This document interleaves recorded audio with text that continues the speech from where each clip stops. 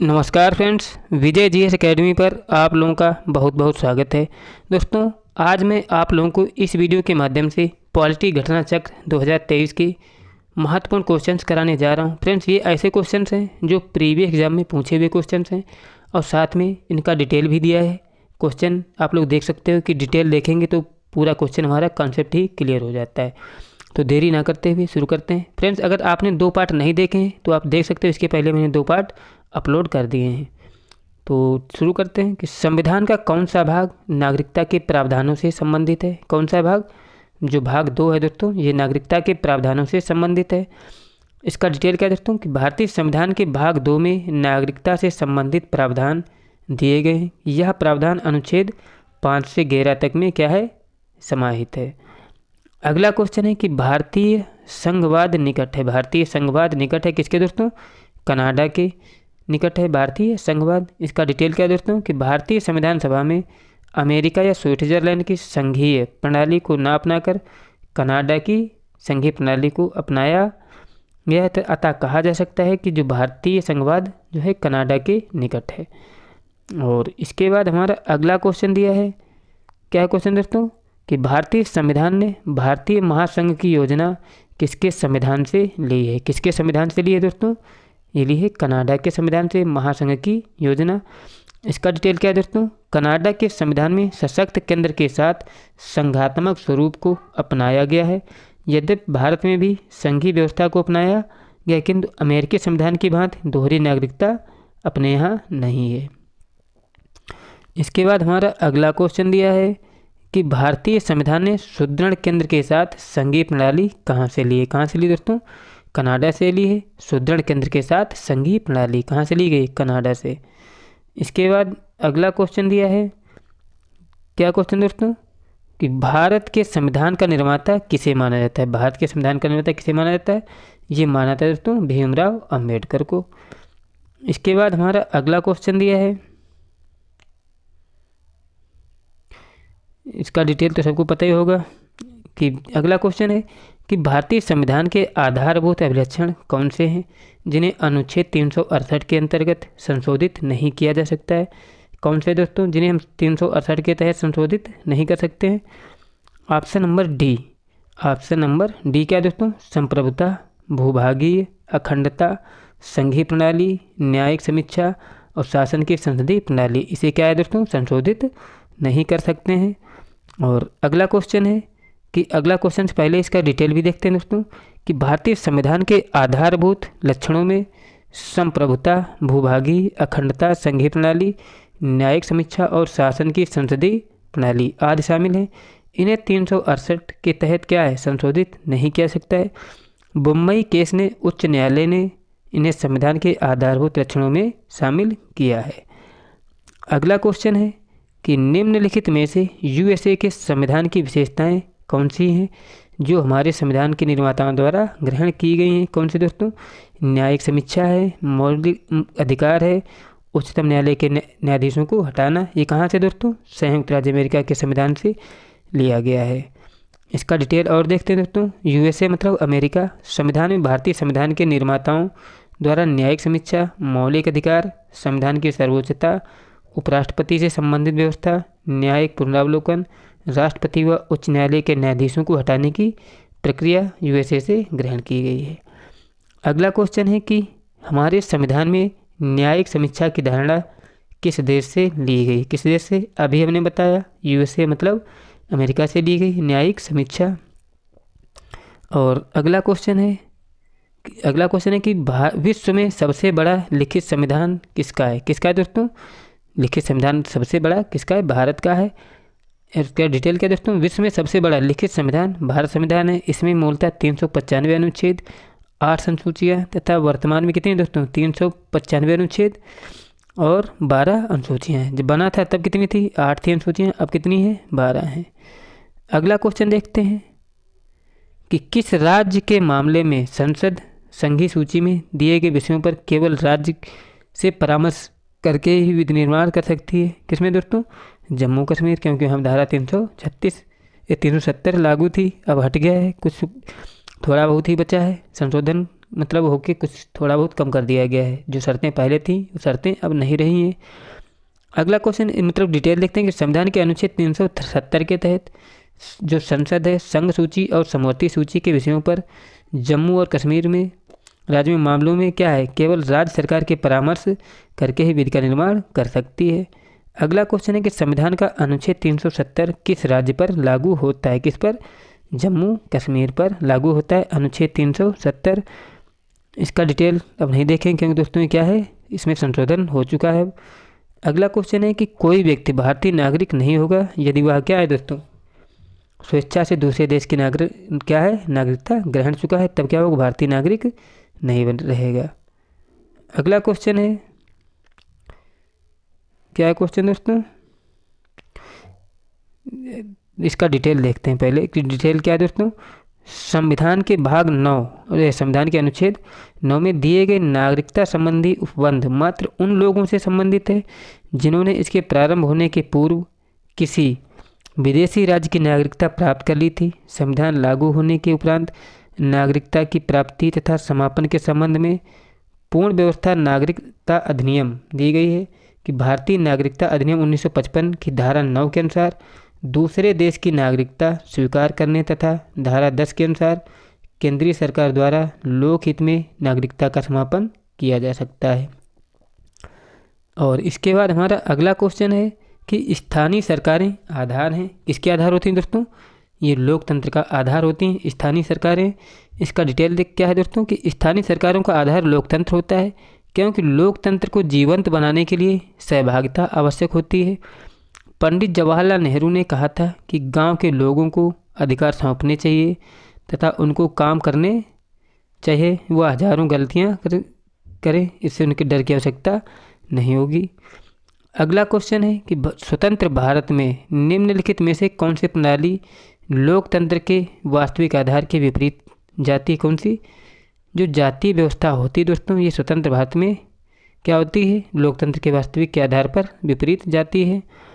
इसका डिटेल क्या है दोस्तों, इसका डिटेल है कि स्वतंत्र भारत के संबंध में यह परिकल्पना की गई थी कि लोकतांत्रिक शासन व्यवस्था की आधार के बाद जाति व्यवस्था का प्रभाव समाप्त हो जाएगा, किंतु स्वतंत्रता के 6 दशकों के बाद भी जाति व्यवस्था भारतीय राजनीति में घनिष्ठ संबंध स्थापित किए हुए हैं, जो लोकतंत्र के वास्तविक आधार के क्या है, विपरीत है। और अगला क्वेश्चन है कि लोकतांत्रिक प्रणाली के लिए कौन सा तत्व आवश्यक होता है, कौन सा आवश्यक होता है दोस्तों, स्वतंत्र एवं निष्पक्ष चुनाव, अवसर की समानता, अधिकारों का संरक्षण, ये सभी क्या हैं, लोकतंत्र प्रणाली के लिए आवश्यक तत्व हैं। और अगला क्वेश्चन है, अब दोस्तों देखते हैं मूल अधिकार एवं मूल कर्तव्य से संबंधित क्वेश्चंस। पहला दिया है कि भारतीय संविधान में मूल अधिकार किस देश से लिए गए, किस देश के संविधान से, मूल कर्तव्य दोस्तों, मूल अधिकार लिए गए हैं अमेरिका के संविधान से। इसका डिटेल देखते हैं दोस्तों कि भारतीय संविधान में मूलभूत अधिकार अमेरिकी संविधान से लिए गए हैं। हमारे वर्तमान में हमारे संविधान में 6 मूलभूत अधिकार वर्णित हैं। और अगला क्वेश्चन है कि नागरिक समता का आशय है, नागरिक समता का आशय क्या होता है दोस्तों, अवसर की समानता, यही जो होता है नागरिक समता का आशय होता है। इसका डिटेल देखते हैं। इसका डिटेल है कि अनुच्छेद 14 के तहत सभी व्यक्तियों को विधि के समक्ष समता का अधिकार प्रदान किया गया था, जबकि अनुच्छेद 16 के तहत देश के सभी नागरिकों को लोक नियोजन के विषय में अवसर की समानता प्रदान की गई है। स्पष्टता नागरिक समता से आशय अवसर की समानता से है।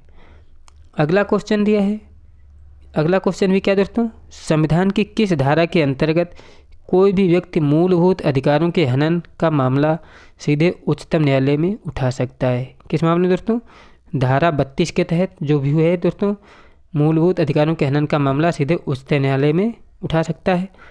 इसका डिटेल दोस्तों देखते हैं। इसका डिटेल है कि भारतीय संविधान के अनुच्छेद 32 के प्रावधानों के तहत देश का कोई भी मूलभूत अधिकारों के हनन का मामला सीधे उच्चतम न्यायालय में उठा सकता है। यह व्यक्ति का क्या है दोस्तों, मूलभूत अधिकार है। इसे संवैधानिक उपचारों के अधिकार के नाम से भी जाना जाता है। इसके बाद अगला क्वेश्चन देख लेते हैं दोस्तों। अगला क्वेश्चन है हमारा कि मूलभूत अधिकारों क्या है, मूलभूत अधिकारों को लागू करने के लिए निम्नोक्त में से किसी न्यायालय द्वारा जारी किया गया जा सकता है। किसके द्वारा दोस्तों? समादेश रिट जारी किया जा सकता है न्यायालय द्वारा। इसका डिटेल देखते हैं। इसका डिटेल क्या है दोस्तों? उच्चतम न्यायालय के द्वारा अनुच्छेद 32 के अंतर्गत उच्च न्यायालयों के द्वारा अनुच्छेद 226 के तहत मौलिक अधिकारों को लागू कराने के लिए समादेश रिट जारी किए जा सकते हैं। ये समादेश 5 प्रकार के होते हैं। कौन कौन से? बंदी प्रत्यक्षीकरण, परमादेश, अधिकार परीक्षा, उत्प्रेषण एवं प्रतिषेध होते हैं। अगला क्वेश्चन है कि किसी व्यक्ति के कैद होने पर अनुच्छेद 326 के अंतर्गत की गई कार्यवाही का नाम क्या होता है? क्या होता है दोस्तों? संविधिक कार्यवाही होती है 226 के तहत की गई कार्यवाही का नाम। इसका डिटेल देखते हैं। इसका डिटेल क्या है दोस्तों? किसी व्यक्ति के कैद होने पर उच्चतम न्यायालय के अनुच्छेद 226 के तहत बंदी प्रत्यक्षीकरण रिट जारी की जाती है, जो कि क्या दोस्तों? एक मूल अधिकारों के उल्लंघन के विरुद्ध संविधिक कार्रवाई के अंतर्गत आती है। इसका डिटेल अगला क्वेश्चन है दोस्तों कि उच्च न्यायालय अथवा सर्वोच्च न्यायालय द्वारा किस समादेश को जारी करके किसी प्राधिकार द्वारा ना किए जा रहे कोई कार्य करने के लिए बाध्य किया जा सकता है? किसके दोस्तों? जो मैंडेमस की रिट होती है, जिसे परमादेश बोलते हैं, ये क्या उच्चतम अथवा सर्वोच्च न्यायालय द्वारा समादेश को क्या है जारी करके किसी प्राधिकारी द्वारा ना किए जा सकने कार्रवाई के लिए बाध्य किया जा सकता है। और अगला क्वेश्चन देखते हैं दोस्तों। अगला क्वेश्चन है हमारा कि निम्नलिखित में से उच्च न्यायालय अथवा उच्चतम न्यायालय का वह रिट आदेश कौन सा है जो किसी प्राधिकार को रद्द करने के लिए दिया जाता है? कौन सा होता है? अधिकार परीक्षा जो होता है किसी प्राधिकार को रद्द करने के लिए दिया जाता है। इसका डिटेल देखते हैं। डिटेल क्या है दोस्तों? अधिकार परीक्षा रिट के अंतर्गत सार्वजनिक पद पर बने किसी व्यक्ति से न्यायालय यह प्रश्न कर सकता है कि उसके उस पद पर बने रहने की क्या औचित्य है। इस रिट के माध्यम से न्यायालय द्वारा किसी प्राधिकार के अंतर्गत विधि संगत ना होने पर उसे रद्द किया जा सकता है। अगला क्वेश्चन है कि निम्नलिखित में से किस याचिका के अधीन किसी कर्मचारी को ऐसे कार्रवाई करने से रोका जा सकता है जिसके लिए सरकारी तौर पर हकदार नहीं है? किसे? अधिकार परीक्षा रिट जो होती है, इसे निम्नलिखित में से याचिका के अधीन किसी कर्मचारी को ऐसी कार्रवाई करने के लिए रोका जा सकता है। इसका डिटेल क्या है दोस्तों? इसका डिटेल होता है कि अधिकार परीक्षा रिट के तहत किसी कर्मचारी को अवैधानिक रूप से की जाने वाली कार्रवाई करने से न्यायालय द्वारा रोका जा सकता है। इस रिट के तहत न्यायालय द्वारा यह पूछा जाता है कि यह व्यक्ति किस प्राधिकार पर कार्य कर रहा है। अगला क्वेश्चन दिया है कि निम्नोक्त समादेशों में से कौन सा समादेश किसी अवैध व्यक्ति से सरकारी पद को बचाने के लिए जारी किया जा सकता है? कौन सा होता है? अधिकार परीक्षा जो होता है अवैध व्यक्ति से सरकारी पद को बचाने के लिए जारी किया जा सकता है। इसका डिटेल क्या है दोस्तों? अधिकार परीक्षा समादेश का प्रयोग किसी अवैध व्यक्ति से सरकारी पद को बचाने के लिए किया जाता है। इसके अंतर्गत न्यायालय लोक पद पर किसी व्यक्ति के दावे की वैधता की जांच करता है। यदि व्यक्ति का दावा आधारहीन है तो उसे पद से हटा दिया जाता है। किसमें दोस्तों ऐसा होता है? अधिकार परीक्षा में।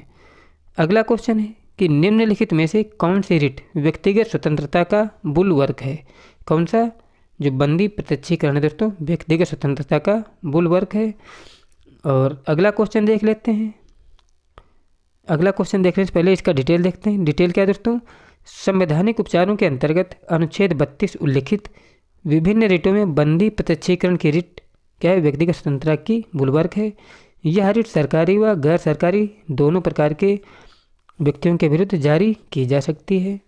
इसके बाद हमारा अगला क्वेश्चन है कि निम्नलिखित में से कौन सी निजी स्वतंत्रता का अधिकार है? कौन सा निजी स्वतंत्रता का अधिकार है दोस्तों? जो बंदी प्रत्यक्षीकरण दोस्तों ये क्या है? निजी स्वतंत्रता का अधिकार है।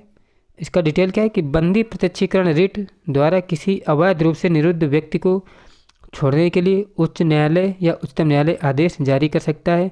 अतः यह निजी स्वतंत्रता का क्या है? एक आधार है। अगला क्वेश्चन है कि निम्नलिखित में से किस स्थिति में बंदी प्रत्यक्षीकरण रिट जारी की जा सकती है? किस स्थिति में? दोषपूर्ण पुलिस जो नज़रबंदी होती है बंदी प्रत्यक्षीकरण रिट जारी की जाती है। दोषपूर्ण पुलिस कार्रवाई के तहत अगला क्वेश्चन क्या है दोस्तों कि निम्नलिखित रिट में से किसका शाब्दिक अर्थ सशरीर प्रस्तुत करो। किसका मतलब होता है ये मतलब होता है बंदी प्रत्यक्षीकरण का मतलब कि सशरीर प्रस्तुत करो। और अगला और लास्ट क्वेश्चन है कि किसी व्यक्ति के अवैध निरोध के मामले में उच्चतम न्यायालय द्वारा निम्नलिखित में से क्या जारी किया जाता है। क्या जारी किया जाता है? बंदी प्रत्यक्षीकरण रिट जारी किया जाता है अवैध निरोध के मामले में न्यायालय द्वारा। फ्रेंड्स, मेरे द्वारा कराए गए क्वेश्चंस यदि आपको अच्छे लगे हों तो प्लीज़ चैनल को सब्सक्राइब कर लें। मैं आप लोगों को विश्वास दिलाता हूं कि जो भी घटना चक्र पॉलिटी है पूरी कंप्लीट आप लोग करवा दूंगा। अगर आप लोग सहयोग करते रहें, आप लोग कमेंट करके ज़रूर बताइए कि आप लोगों को क्वेश्चन कैसे लगे, अच्छे लगे हों। तो अगला वीडियो देखिए, मिलते हैं नेक्स्ट वीडियो में। जय हिंद, जय भारत।